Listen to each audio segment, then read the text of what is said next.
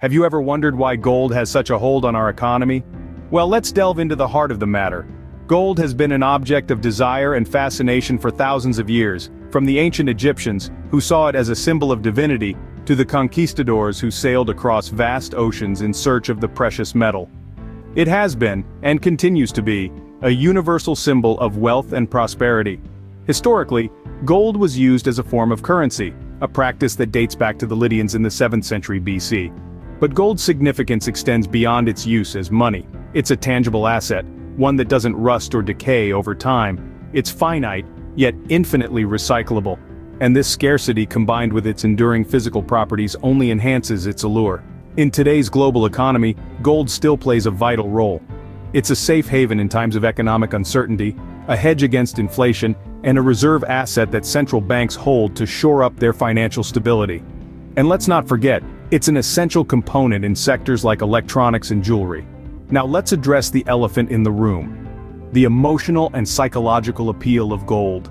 There's something about that shiny yellow metal that draws us in. It's more than just its monetary value, it's what it represents. Success, status, security. It's the dream of finding a gold nugget or inheriting a gold heirloom. It's the thrill of wearing a gold ring or medal.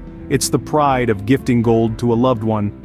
Gold, in essence, is a treasure, both literally and metaphorically. So, gold's appeal lies not just in its tangible value, but also in its psychological allure. It's a testament to our history, a reflection of our culture, and a symbol of our aspirations. Whether we're economists studying its impact on the market, investors seeking to diversify our portfolios, or simply individuals captivated by its shine, gold continues to captivate us, demonstrating its undying allure in our global economy. But why do investors often flock to gold in times of economic uncertainty, you may ask? Well, the answer lies in understanding the concept of gold as a safe haven asset. Let's start by painting a picture of what a safe haven asset is. Imagine a storm is brewing. You'd likely seek shelter to protect yourself from the harsh elements, right? In the world of finance, a safe haven asset plays a similar role. It's a form of investment that is expected to retain or increase in value during times of market turbulence. It's the financial shelter investors seek when economic storms are brewing. Now, where does gold fit into this picture? Gold, with its gleaming allure, has been revered for centuries, not just for its beauty, but also for its inherent value. When economies shake and currencies wobble, gold's price often shines brighter. It tends to increase, sometimes even skyrocket, during economic downturns. This pattern has been observed in countless economic cycles. For instance, during the global financial crisis of 2008, while many assets plummeted in value, gold's price soared. The reason for this is twofold. Firstly, gold is a tangible asset. Unlike stocks or bonds, it's a physical substance that you can hold in your hand. This tangibility gives investors a sense of security during turbulent times. Secondly, gold is often seen as a hedge against inflation. When the cost of goods and services increases, the value of money decreases. However, gold maintains its value, and in many cases its value increases. In other words, gold can buy the same amount, if not more, of goods and services, even when inflation is high. So, when the financial seas get rough, and the winds of economic uncertainty begin to blow, investors often turn to gold. They see it as their economic lifeboat, a safe haven that can provide stability and preserve their wealth. Thus, gold serves as an economic lifeboat, providing stability in stormy financial seas. So how does the gold market actually work? Well, let's start from the ground up, literally.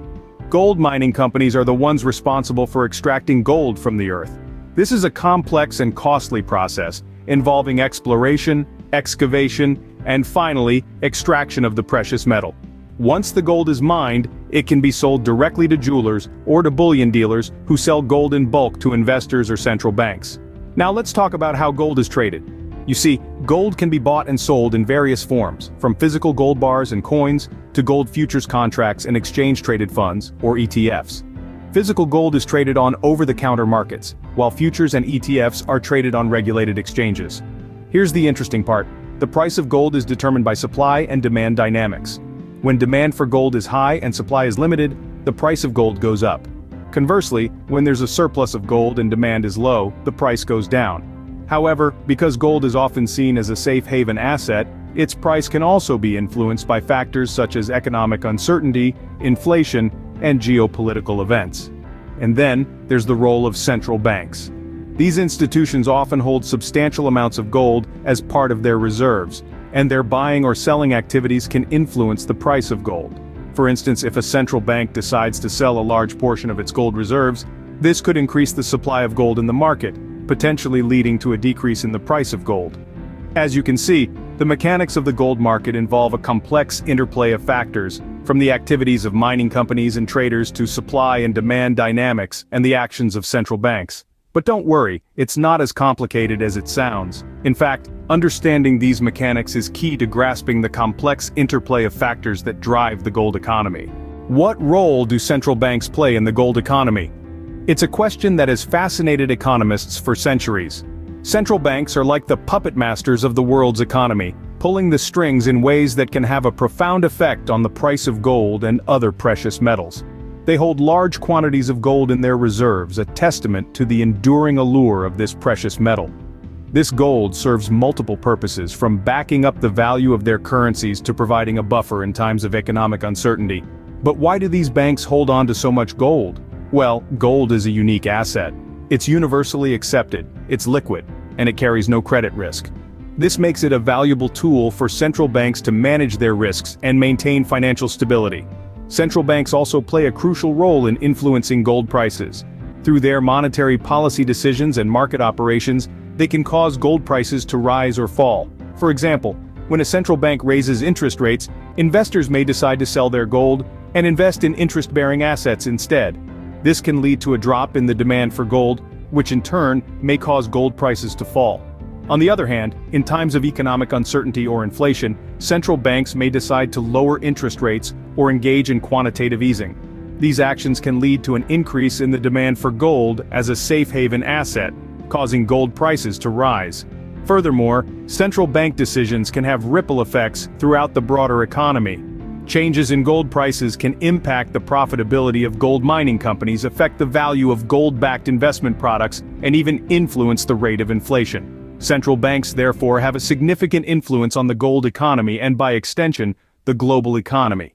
Their actions can move markets, shape investor behavior, and ultimately determine the economic fate of nations. So, the next time you see a headline about a central bank decision, remember that behind those words is a world of gold, glimmering with potential and brimming with economic power. So, what does the future hold for gold? The glimmer of gold has always held a certain allure, but as we plunge into the future, the role of this precious metal may be set to evolve in ways we've yet to imagine. One potential trend lies in the realm of technology. Gold's excellent conductivity and resistance to corrosion make it a vital component in a wide array of electronic devices, from computers to smartphones. As our reliance on these devices grows, so too could our demand for gold. But the future of gold isn't just tied to our tech, it's also intertwined with the ebbs and flows of global events. Economic instability, geopolitical tensions, even global health crises, can all send investors rushing to the perceived safety of gold. The more tumultuous our world becomes, the more gold may shine as a beacon of stability. Emerging markets also hold the key to gold's future. As nations like India and China continue to grow and develop, their appetite for gold, both as an investment and a cultural symbol of wealth and prosperity, could drive demand ever higher.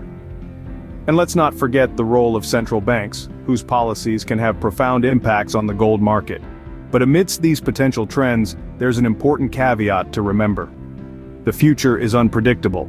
Market dynamics, technological advancements, geopolitical events, all these factors and more can shift in ways we can't foresee, impacting the price and demand for gold in unexpected ways. While the future is never certain, one thing is clear: gold will continue to play a pivotal role in our global economy.